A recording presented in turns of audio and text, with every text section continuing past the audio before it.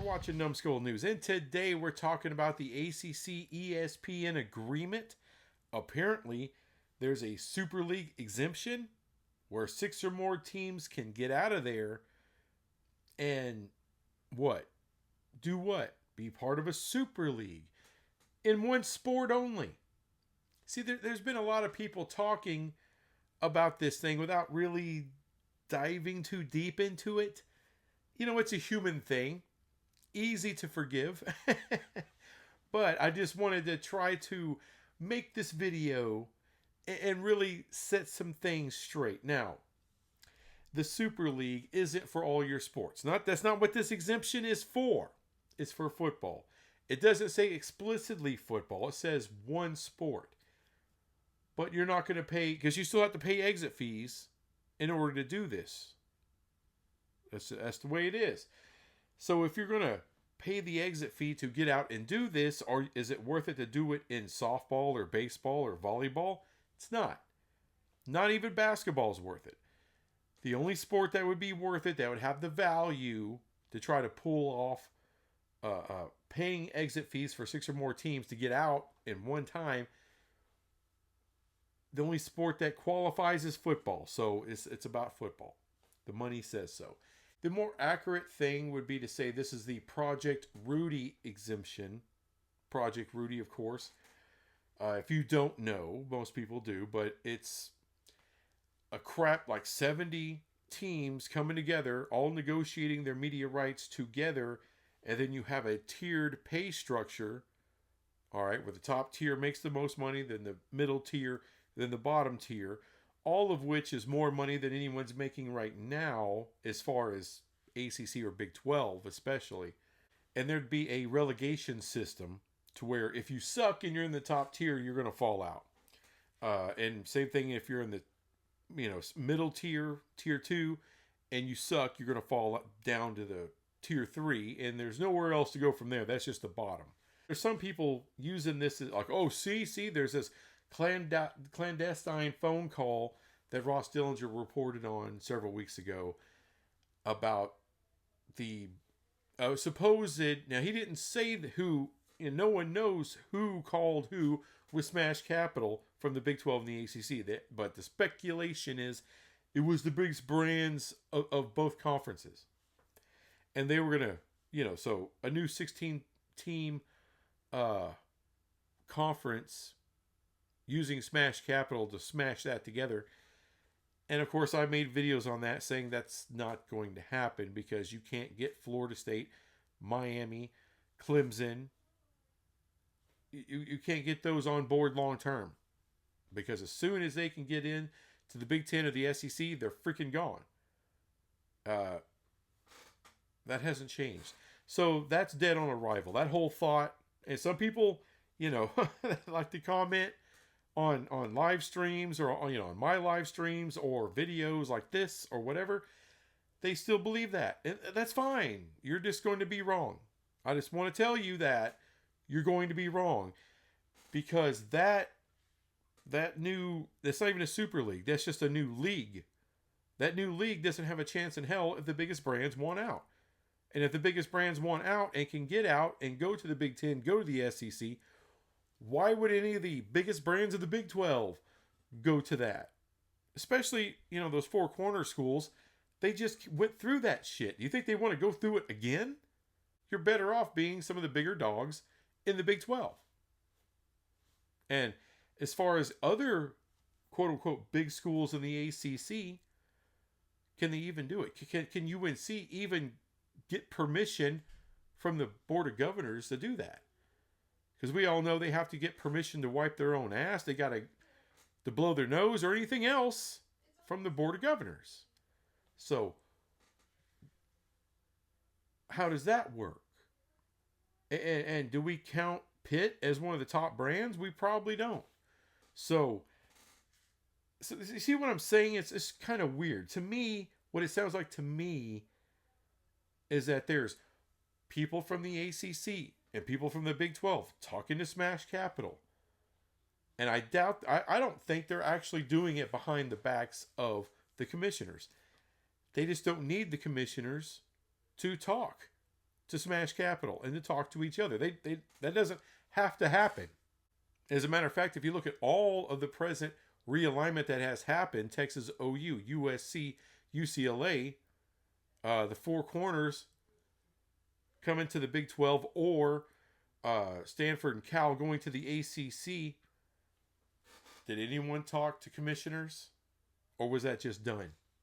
I think it was just done. I don't see a lot of commissioners in action making that happen. I think Brett Yormark, Jim Phillips, as far as accepting those new teams, they I don't think they really had a whole big hand in it, but maybe have helped set the stage for it. Had people talking to other people. Because ultimately those moves is up to the presidents. It's not up to a commissioner to accept teams. Period. I don't give a damn what anyone says. I don't care what Greg Sankey says. I don't care what Petitti says. I don't care what anyone says. Commissioners don't make the final call in realignment. That is up to conference commissioners and equally up to their media partners. If you don't believe me about those media partners, just ask Oregon State and Washington State why they are still in the pack. And it's because of the media partners said no. So the truth about this thing, really, and I was going to make a video, I'm like, ooh, I could really speculate on this. This is going to be fun. And then you read it. I do my research before I start talking shit. And that's just not what the deal is. It's one sport, and we can basically break that down to it's about football. Just the football. Everything else stays in the original conference. So you would basically take your football and then move it to some kind of super league. Now, traditionally, what everyone thinks of a super league is the Power Four Super League. Essentially. And that's what Project Rudy is kind of about. They're not about all your sports coming together. They're talking about just bringing all the football together. Breaking that off and getting your own media rights deal just based off of football in this new Super League. That's what that's about. And of course, Petitti, Sankey, they're not for that at all, because they wouldn't be in charge of that. They're in charge of the Big Ten and the SEC, which would still exist with all the other sports, sans football. So what is the SEC if you remove football? Basically, they're all kind of equal at that point. If you're just talking about, and then the biggest, moneymaker you have in that conference is basketball. If you're talking about that, then all of a sudden the Big 12 is a pretty big to-do, isn't it? The SEC still is, of course. The ACC takes a monster hit. The Big 10 takes a big hit. But, it's kind of like old world stuff at that point. There's only a few $1 million between media rights payouts between these schools and these different conferences if you're taking away football. So, yeah, they wouldn't be for that. They wouldn't be. But as I have found out just through research that, there has been talk between not just the Big 12 and the ACC and the Project Rudy people and Smash Capital, but also teams in the Big Ten and the SEC as well. That was actually talked about by Greg Sankey himself last year. And he was talking about, well, we can go do this ourselves. We don't need that. So let's just get that straight. One sport, Super League, not a new 16-team conference, a Super League. Hell of a lot more than 16 teams. Now, I've made a video about, if it doesn't include the Big Ten and the SEC, this theoretical Super League, then it would be the Big 12 and the ACC basically being the two big dogs of this new Super League. And then you would probably throw in the PAC. You'd probably throw in the American. And you'd go off from there. And then maybe add a few others like UNLV or whoever else you can get to join the PAC or join whomever and move forward from there. But that would be that kind of Super League, because ultimately the Big Ten and the SEC are just not interested right now. That's what it sounds like to me. And not just according to Sankey and Petitti, but the presidents in the Big Ten and the presidents in the SEC just don't want to do it.